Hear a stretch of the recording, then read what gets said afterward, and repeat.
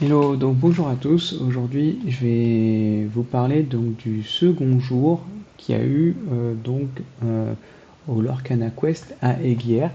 Donc, j'ai fait déjà le petit débrief de mon score, de mon résultat et de ma perf le samedi, et cette fois, je vais vous parler de mes résultats le dimanche. Donc, c'est un autre tournoi, c'était sur le même lieu, mais c'est un autre tournoi.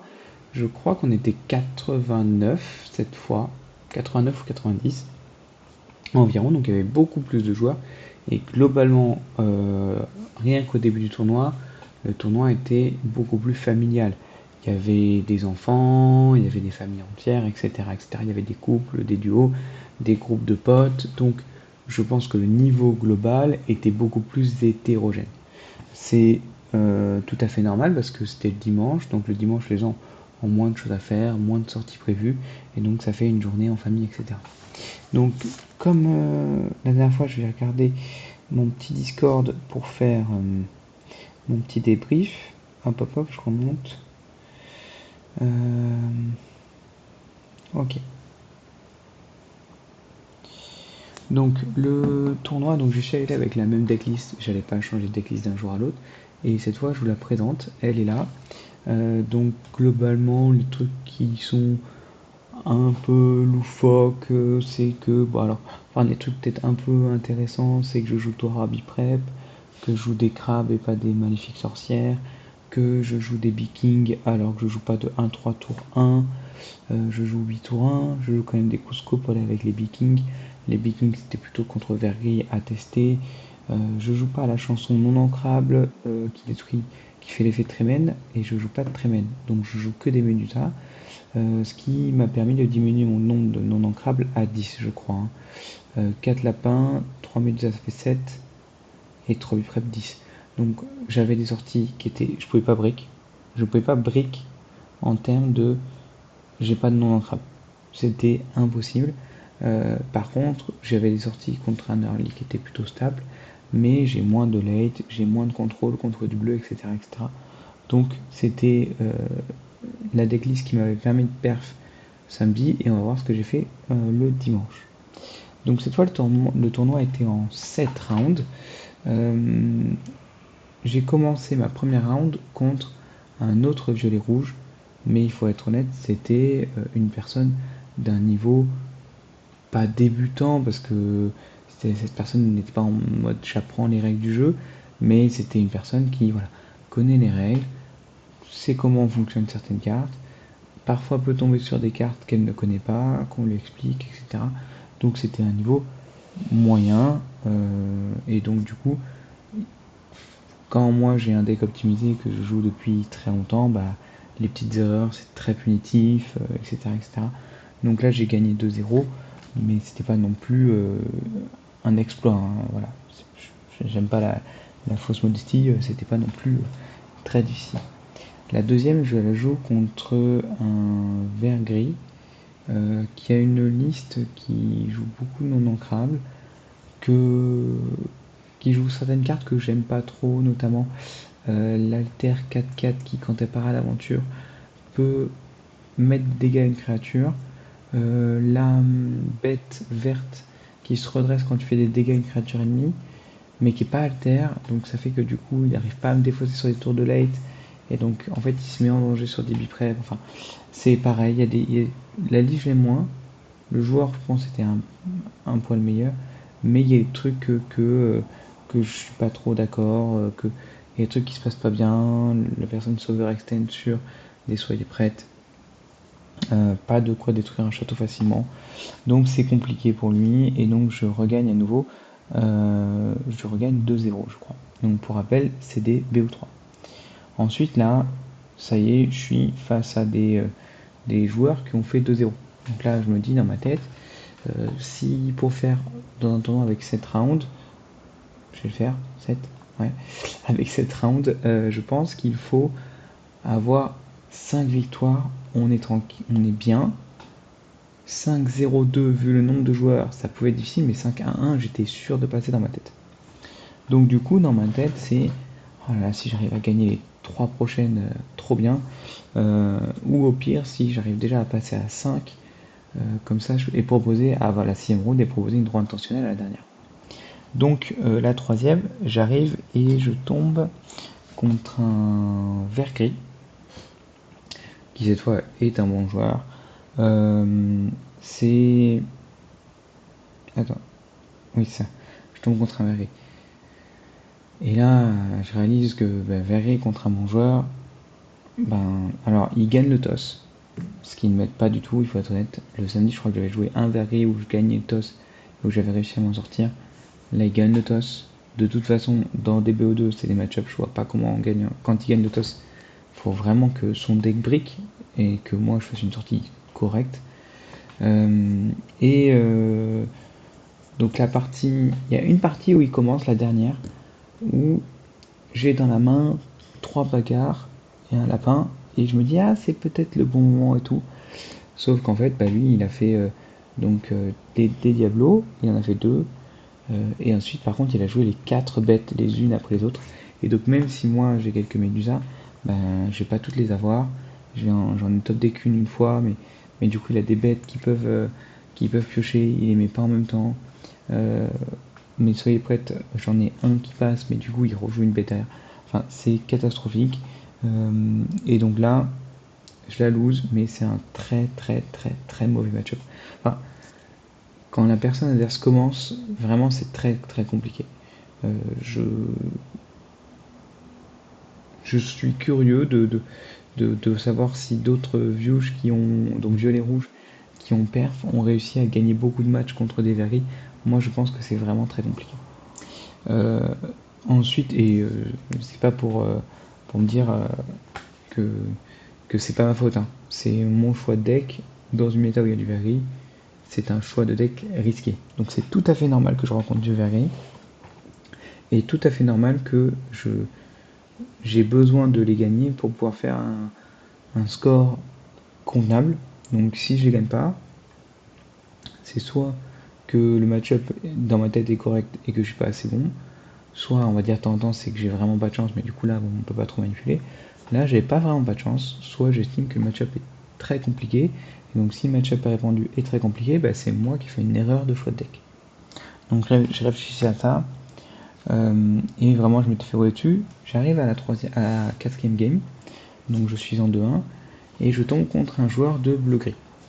Dans ma tête, je me sens bien, on est parti, je gagne le toss. Bleu-gris est un match-up que j'estime largement à mon avantage. En fait, la carte clé, c'est pas Flynn, c'est Sissou, comme je vous l'avais dit. Et Sissou, bleu-gris, il n'arrive pas à le gérer. Donc une fois qu'on pose des Sissou, il compose des tours 4 qui résistent à tuer la bête. Enfin, c'est vraiment, ça peut être vraiment, vraiment très compliqué pour lui. Donc, je me sens très bien. Je prends ma main de départ. Pas de tour 1, pas de tour 2, pas de tour, je crois, un crabe en tour 3 et après que des grosses cartes. Donc, et je crois que j'avais par exemple, un votre vous invite à la fête, par exemple, mais contre un verre c'est pas utile. Enfin, ça peut être occasionnellement utile, mais j'ai préféré en début d'aller chercher de l'agressivité, d'aller chercher des tours 1, d'aller chercher potentiellement un film pour l'obliger à battre mon film. Et s'il bat pas mon film, ça peut être une occasion de gagner, par exemple. Je veux créer des opportunités de créer la pression. Donc du coup, on commence la game, je me gagne à 7.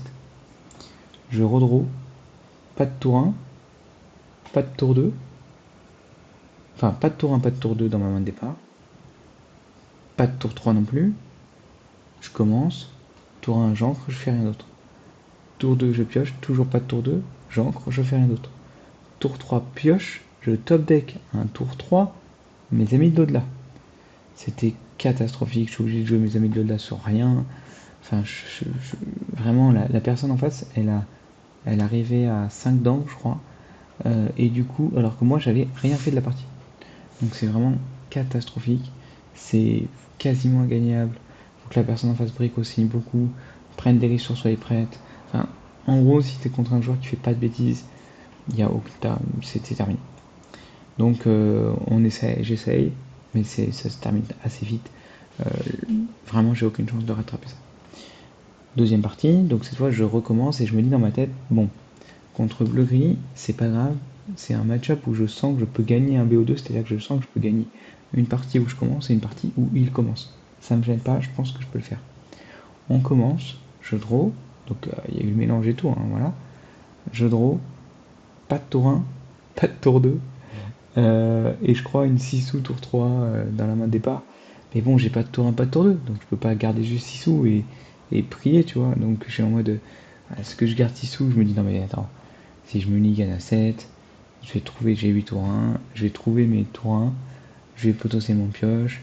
6 sous c'est bien, mais déjà si j'ai plusieurs tours 1 ça marche aussi. Si j'ai des tours 4 c'est bien aussi. Donc si j'ai un tour 1, un tour 2, ou à la limite si j'ai un tour 1 et pas de tour 2, je peux garder 6 sous et me dire que j'ai un creux moins fort. Enfin, mais là j'avais ni tour 1 ni tour 2, donc je me disais si je fais rien tour 1, rien tour 2, même si je fais 6 sous, c'est pas non plus extraordinaire comme sortie. Et en plus surtout que les autres cartes que j'avais avec, c'était vraiment nul. Et donc je me disais je pouvais pas les top deck. Genre je crois que si j'avais les deux soyez prêtes en main, je crois que j'avais deux soyez prêtes et deux Medusa. Et donc j'étais en mode bon bah ça déjà c'est les top deck en moins que je vais pas avoir en main de départ. Et donc dans ma tête j'étais content, je me disais bon bah là je rejette tout, je garde rien, donc je re-mulligan à 7. Mon adversaire là jubile. Enfin non mon adversaire était très gentil, était adorable, il ne jubile pas, il est heureux pour lui mais un peu triste pour moi. Et du coup je repioche 7, pas de tour 1, pas de tour 2, une 6 sous, bah ça redevient compliqué quoi. La partie dure un peu plus longtemps, mais le fait de pas mettre la pression dès le début, euh, et en fait au bout du tour 11 ou 12, j'avais déjà retop deck 2 Medusa qui sont vraiment des cartes mortes dans le match-up, ça ne sert à rien dans le match-up, c'est catastrophique. En fait, ça peut tuer Flavorsham, mais t'as envie de bagarre pour tuer Flavorsham parce que tu veux le tuer plus tôt. Parce que si il fait déjà 2 ou 3 fois effet Flavorsham, bah en fait ça sert plus à grand chose. Et avec ça, il a plus besoin de faire ce rêve bleu. Enfin, c'est très compliqué. Le fait de pas avoir lui mettre de pas lui avoir mis la pression, alors que normalement c'est un bon match-up. Je perds cette game là, dans ma tête c'est, écoute, le deck il a pas voulu, hier ça perf, aujourd'hui, bah, c'est pas grave. Ce qui est un peu truc, c'est que le deck veut pas quand t'as un match-up défavorable, c'est moins frustrant. Là, le deck veut pas quand j'ai un match-up favorable, c'est un peu plus frustrant. Mais je suis en 2-2. Il y avait des lots pour le top 16, je crois, ou top 30, 32. Je vais aller, on essaye le top 16, juste pour avoir quelques lots. Mais le top 8 dans ma tête, enfin c'est terminé le top 8. Parce que 2-2, j'étais même pas sûr que 5-0-2 ça passe. Et si ça devait passer, c'était des défaites que tu faisais en dernier match, quoi. Pas des défaites que tu faisais au milieu du tournoi. Donc là, je suis allé un peu beaucoup plus chill. À 5ème match, je tombe contre un bleu-rouge. Bleu-rouge qui était un match-up encore plus favorable. C'est le meilleur match-up. Euh, c'est vraiment n'importe quoi. Bah, en fait, là, la Sissou est très difficile à gérer, comme contre Bleury, et le Flynn est horrible. Enfin, dans ma tête, pareil, je suis censé le détruire. La personne gagne le toss, mais franchement, ça ne change pas non plus énormément. Et je détruis 2 fois 2-0. C'est vraiment c'est un match-up qui est. J'ai pas eu des sorties extraordinaires, hein. J'ai eu des sorties stables, avec parfois des tours 1, parfois 2 tours au tour 2, parfois un tour, parfois un film, parfois non. Je crois qu'une partie je l'ai, une partie je l'ai pas. Une partie au tour 3 j'ai une 6 sous, une partie au tour 3 je joue un Cusco et un balai. Mais le fait de poser des créas, ça lui pose problème, il a pas de quoi raser le board avant, soit il prête facilement. Enfin, globalement, c'est très compliqué pour lui. J'ai des créatures qui résistent à 6 sous, avec notamment des chèvres, et puis 6 sous arrive un peu tard. Enfin, c'est vraiment, je lui roule dessus, c'est un no-match, je gagne 2-0. Et je passe à la 6ème game. Donc à la 6ème game, je joue contre Mufasa. Mufasa, assez agressif. De base, c'est un match-up que je connais pas.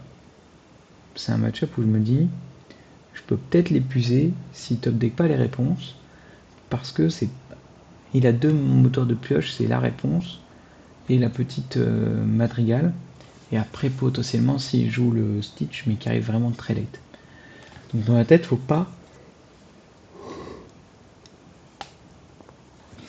Ah, désolé pour le vaillement. Dans ma tête, faut pas. Je peux peut-être l'épuiser s'il fait une sortie un peu aggro au crash tout. Première partie, il fait une sortie moyenne, mais je fais une sortie moyenne aussi, et en fait, on se retrouve un peu à. Personne ne trouve la draw. Moi, je trouve pas ni mes lapins, je trouve pas mes lapins, je trouve pas mes châteaux, je trouve pas mes amis de l'au-delà. Et du coup, ben, j'ai pas envie de partir à l'aventure parce que je vois qu'il garde une carte en main depuis longtemps. Et je me dis, c'est sûr, c'est une réponse, quoi. Et donc j'ai pas envie de partir à l'aventure pour pas lui permettre de blesser ses créatures.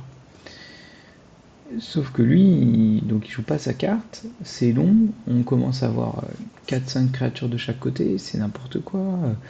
Et on se regarde un peu dans le blanc des yeux, quoi. Et puis moi, maintenant je top deck un château, sauf que maintenant c'est complètement inutile le château.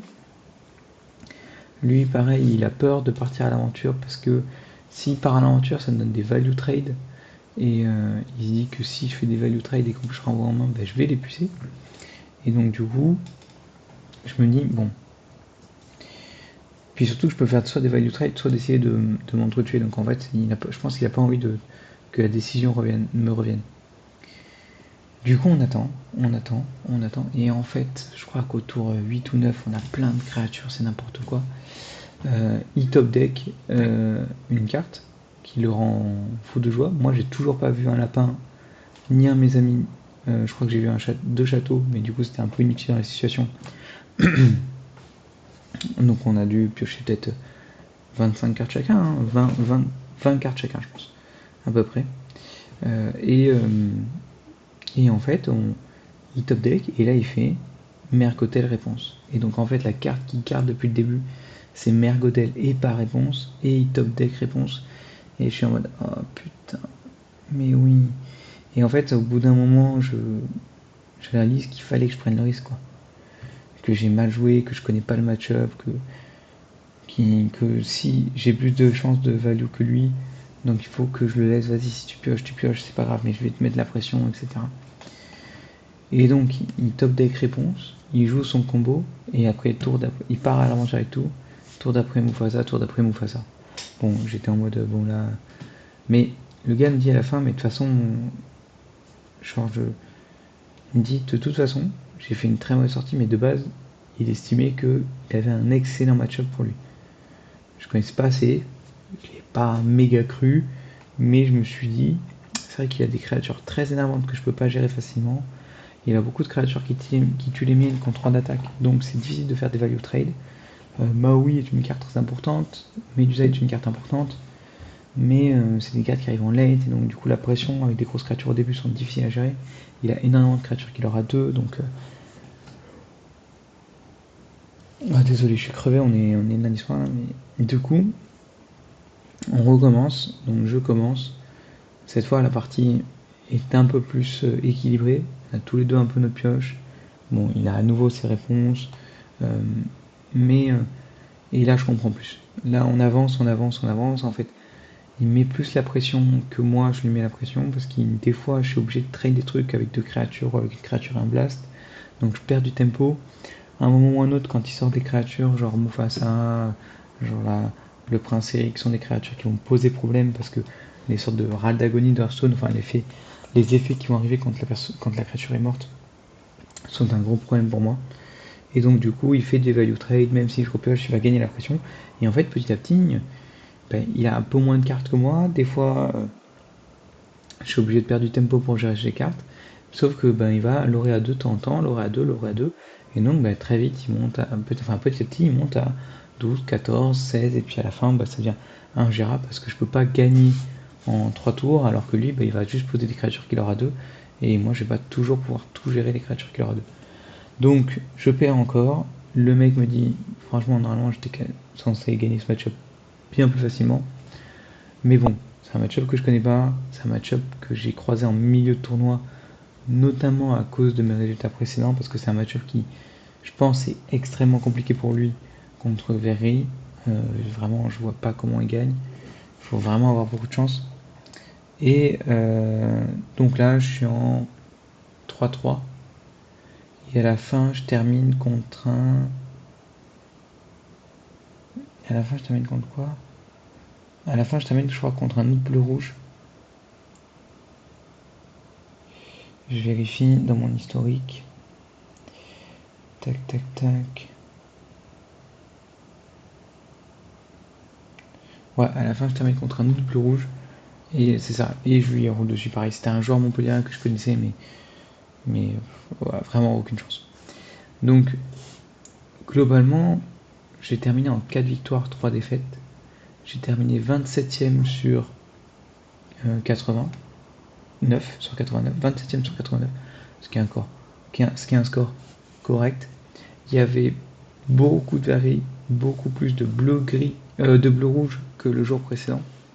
Les bleu-gris étaient toujours présents. Il y avait beaucoup moins de stylissons en proportion parce que du coup, la majorité des stylissons qui étaient venus étaient potentiellement là, mais il n'y en avait pas d'autres. Il n'y avait pas beaucoup d'autres. Il y avait beaucoup plus de débutants, donc avec des decks qui étaient répartis sur tous les decks de la méta qui existent. Donc voilà, ça dépend. On va dire plutôt les plus connus. Je pense qu'il y avait moins de débutants qui jouaient des bleus-gris, plus de débutants qui jouaient des bleus-rouges et des verts qui sont des decks peut-être plus simples à maîtriser. Peu importe le coup, parce que les joueurs qui se déplacent en tournoi sont des joueurs qui en général ont les cartes, ont un couple, ont un groupe, ou qui ont les cartes, et donc ils peuvent se permettre de dire bah moi je vais avec un tournoi, un deck assez cher, c'est pas grave. Je suis moins déçu que mon niveau que le jour d'avant.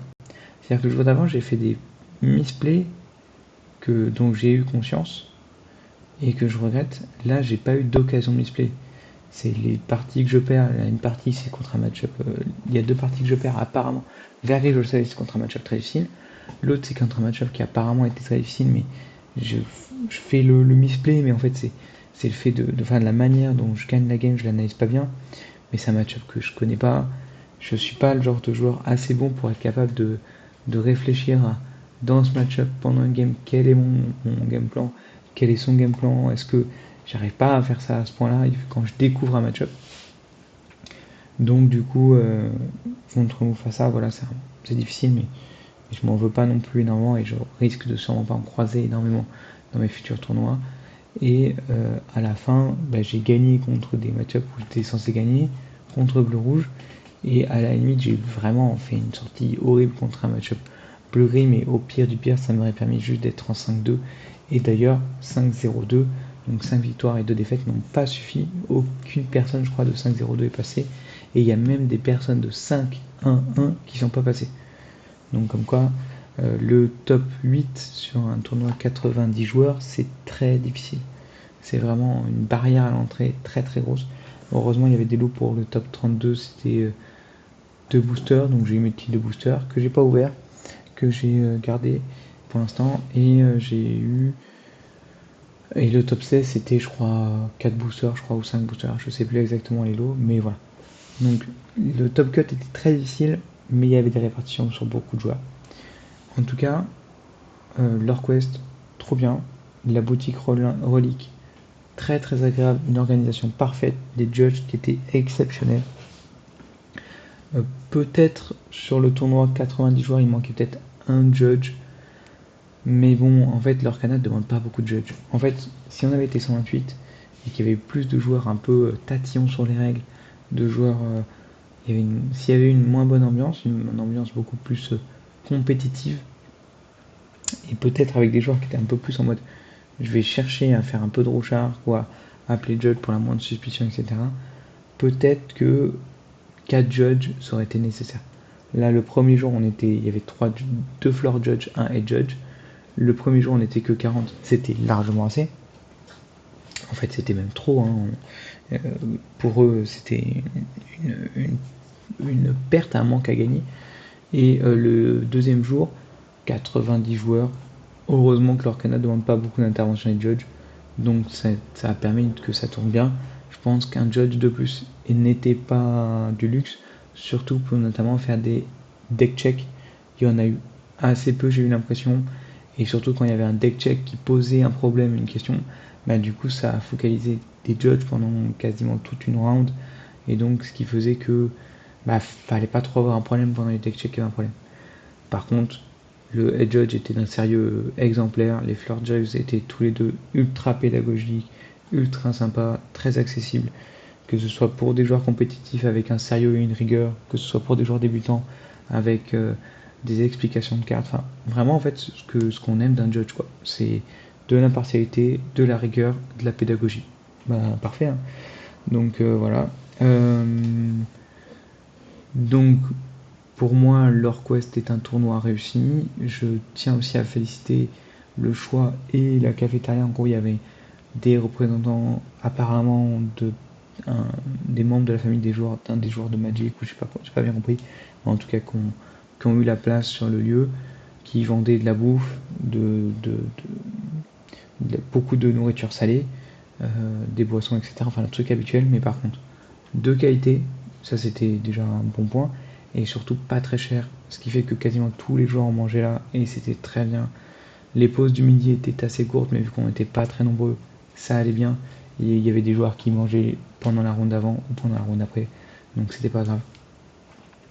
La salle était parfaite. Le problème du lieu, c'est que Aiguière, c'est un peu excentré de toutes les grandes villes. Donc sur 2 tournois, s'il y avait eu 128 joueurs, c'était, on va dire, rentable.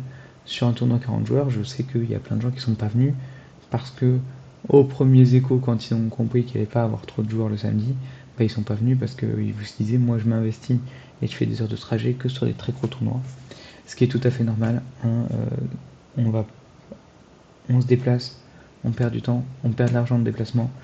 C'est qu'en gros on prend un risque et donc on espère au moins une high reward. Les lots, vu qu'ils sont recalculés par rapport au nombre de joueurs, ce qui est tout à fait normal, bah, du coup s'il n'y a pas beaucoup de joueurs, bah, la reward sera, même si on fait un top, même si on fait un top 8, même si on fait un top 4, sera limité et donc ce qui donne moins envie de se déplacer.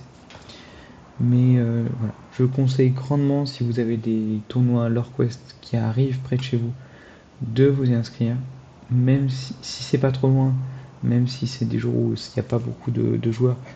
Vraiment, c'était en tout cas tout parfait. J'ai rien à redire. Pour l'instant, c'est le tournoi avec ce nombre de joueurs que j'ai préféré. Donc voilà, hein, c'est clair. Euh, parce que il y avait, tout était vu en grand, tout était prévu, tout était sympa. Voilà, voilà. À la limite aussi, je reproche peut-être à Relic d'avoir amené que très peu de stock de cartes d'Arcana, mais il y avait aussi le Region Tour de Magic en même temps, donc ils avaient beaucoup de Magic à apporter. Mais c'est tout à fait normal. Et puis sur Aiguière, ils sont loin de leur boutique, je crois. Ils m'ont dit que leur boutique se tenait à Toulouse, donc c'est normal, ils peuvent pas non plus déplacer un stock.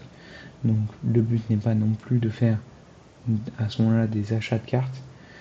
Et encore, si j'avais pensé, c'est une boutique qui a une carte market, et donc j'aurais pu commander chez eux en carte market et leur demander de me l'amener pour pas payer les frais de port, ou leur envoyer un message, tiens, est-ce que vous pouvez me réserver ça, et ils me l'auraient amené et on aurait fait l'échange, potentiellement la vente sur place. Donc voilà, en tout cas, trop bien. Un peu déçu de ma perf, mais c'est pas grave. Jeudi, donc nous sommes le lundi 24 quand je tourne cette vidéo. Le jeudi 27, je participe à la Mulligan TV 8. Même si c'est en remote, je pense que ma cam sera potentiellement facile à reconnaître à cause de mon pouce que j'ai cassé. Enfin non, j'ai pas cassé mon pouce, mais à cause de mon ongle que j'ai bien pincé, donc j'ai toujours un ongle noir.